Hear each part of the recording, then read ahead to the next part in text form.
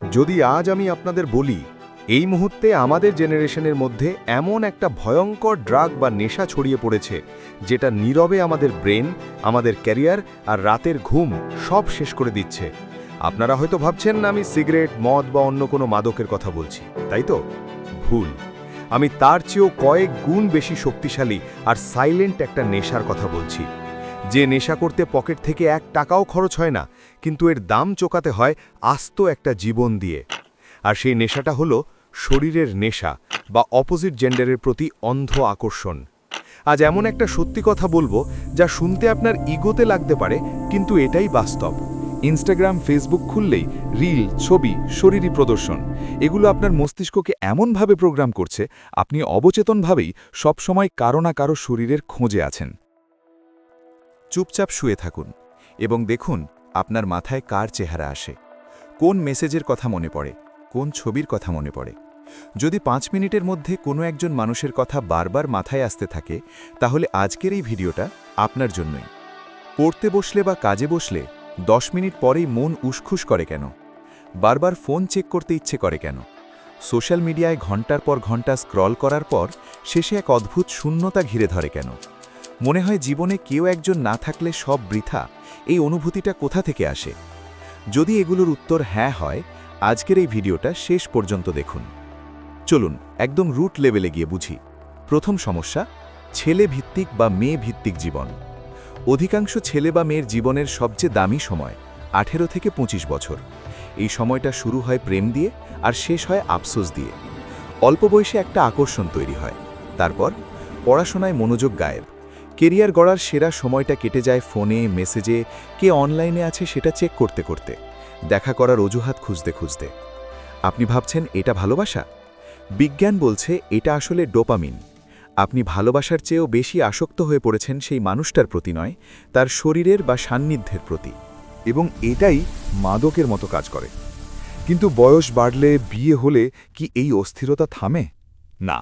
অনেকেই আবার নতুন কিছুর খোঁজে অন্য নারী বা পুরুষের প্রতি আকৃষ্ট হয়। এতে একটা বিষয় পরিষ্কার, অনেক মানুষ আসলে সম্পর্কে নেই, তারা শুধুই একটা শারীরিক নেশায় বন্দী। আমি জানি এই বয়সে হরমোনের পরিবর্তন হয়, আকর্ষণ হওয়াটা সম্পূর্ণ স্বাভাবিক, কিন্তু দ্বিতীয় সমস্যাটা হলো সাময়িক শান্তি আর স্থায়ী শূন্যতার চক্র। শরীরের বা মনের এই ক্ষণিকের চাহিদা মিটলে কিছু সময়ের জন্য একটা শান্তি আসে, কিন্তু কয়েক ঘন্টা পরেই আবার সেই অস্থিরতা। কারণ সমস্যাটা আপনার শরীরে নয়, সমস্যাটা আপনার চিন্তায়। এই নেশা যখন কাউকে কন্ট্রোল করতে শুরু করে, সে ভেতর থেকে দুর্বল হয়ে যায়, হতাশা বাড়ে, আত্মবিশ্বাস কমে। আর তৃতীয় সমস্যা, আজকের সোশ্যাল মিডিয়া। আজকের অ্যালগোরিদম আমাদের ব্রেনকে হ্যাক করে নিয়েছে। ইনস্টাগ্রাম, ফেসবুক খুললেই রিল, ছবি, শরীরী প্রদর্শন, এগুলো আপনার মস্তিষ্ককে এমনভাবে প্রোগ্রাম করছে আপনি অবচেতনভাবেই সবসময় কারো না কারো শরীরের খোঁজে আছেন। এটা একটা অদৃশ্য আসক্তি। আর এর ফলাফল চতুর্থ সমস্যা। যখন কেউ শুধু শরীরকেই গুরুত্ব দেয়, সম্পর্ক আর পবিত্র থাকে না। মানুষ মানুষকে শুধু ব্যবহার করার বস্তু ভাবতে শুরু করে। আর দিন শেষে মেলে শুধু ভাঙা মন আর ভাঙা ভবিষ্যৎ। একবার আশেপাশে তাকিয়ে দেখুন, যারা জীবনে সত্যিকারের বড় কিছু করেছে, তারা তাদের যৌবনের সবচেয়ে দামি সময়টা, সবচেয়ে বড় এনার্জিটা কোথায় ঢেলেছে? তাদের লক্ষ্যে। আর যারা সারা জীবন শুধু অপোজিট জেন্ডারের পেছনে দৌড়েছে, তারা জীবনের শেষে এসে শূন্য হাতে দাঁড়িয়ে আছে। এটাই বাস্তব, এটাই সত্যি। তাহলে উপায় কি? আমরা কি সন্ন্যাসী হয়ে যাব? না। আমি আপনাকে 4টে প্র্যাকটিক্যাল সমাধান দেব, যেগুলো আজ থেকেই শুরু করা যাবে এবং যেগুলো সত্যিই কাজ করে। 1. সংযমী হলো আসল সুপার পাওয়ার। রাস্তায় বা সোশ্যাল মিডিয়ায় কাউকে দেখে তীব্র আকর্ষণ হচ্ছে, ওই মুহূর্তটাই হলো টেস্ট। আপনি যদি ওই সেকেন্ডে নিজেকে নিয়ন্ত্রণ করতে পারেন, আপনি নিজের ভেতরে একটা নতুন শক্তি আবিষ্কার করবেন। সংযম মানুষকে দুর্বল করে না, সংযম মানুষকে ভেতর থেকে ইস্পাতের মতো শক্ত করে। মনে রাখবেন, যে নিজের মনকে নিয়ন্ত্রণ করতে পারে, সে গোটা পৃথিবী জয় করতে পারে। 2. 5 সেকেন্ড রুল। মন ঘুরিয়ে নেওয়ার অভ্যাস। রাস্তায় সুন্দর কাউকে দেখলেন, ব্যাস, এটা স্বাভাবিক। কিন্তু পরের মুহূর্তেই মনটা অন্যদিকে ঘুরিয়ে নিন। যেটা আপনার নয়, যেটা আপনার হবে না, সেটা নিয়ে ঘন্টার পর ঘন্টা কল্পনা করে নিজের এনার্জি কেন নষ্ট করবেন? চোখ সরান, 5 সেকেন্ডের মধ্যে অন্য কাজে ফোকাস করুন।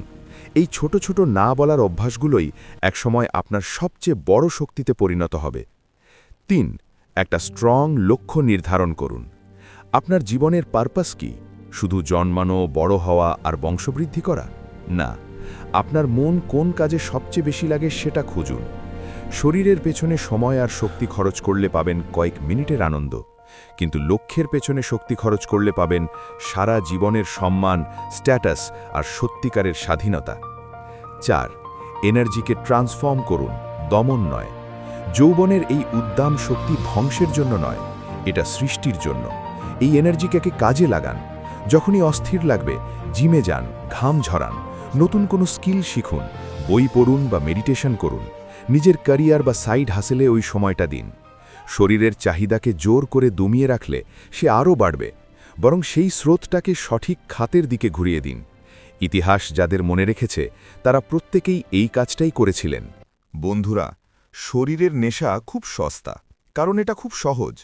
কিন্তু নিজের স্বপ্নের নেশা, লক্ষ্যের নেশা, সেটা চিরস্থায়ী, কারণ সেটা সত্যিকারের। আজ এই মুহূর্তে আপনাকে একটাই সিদ্ধান্ত নিতে হবে। আপনি কি আপনার হরমোনের, আপনার শরীরের আর সস্তা সোশ্যাল মিডিয়ার দাস হয়ে বাঁচবেন, নাকি নিজের মনের, নিজের জীবনের অধিপতি হয়ে বাঁচবেন? চয়েস আপনার। মনে রাখবেন, জীবনে 1000টা যুদ্ধে জেতার আগে নিজেকে নিজের সাথে যুদ্ধে জিততে হবে। যে নিজেকে জিততে পারে সেই আসল বিজয়ী। আজকের এই কথাগুলো যদি আপনার মনের কোনো একটা কোণায় ধাক্কা দিয়ে থাকে, কমেন্ট বক্সে শুধু লিখুন, আমি প্রস্তুত। আমি দেখতে চাই কতজন আজ সত্যিই নিজের ফোকাস ফেরাতে প্রস্তুত। ভিডিওটা সেই বন্ধুকে শেয়ার করুন যার এই কথাগুলো শোনা ভীষণ দরকার। আর এমন আরও রিয়ালিটি চেক পেতে চ্যানেলটা সাবস্ক্রাইব করে রাখুন। দেখা হচ্ছে পরের ভিডিওতে। নিজের লক্ষ্যের দিকে এগিয়ে যান। ভালো থাকবেন।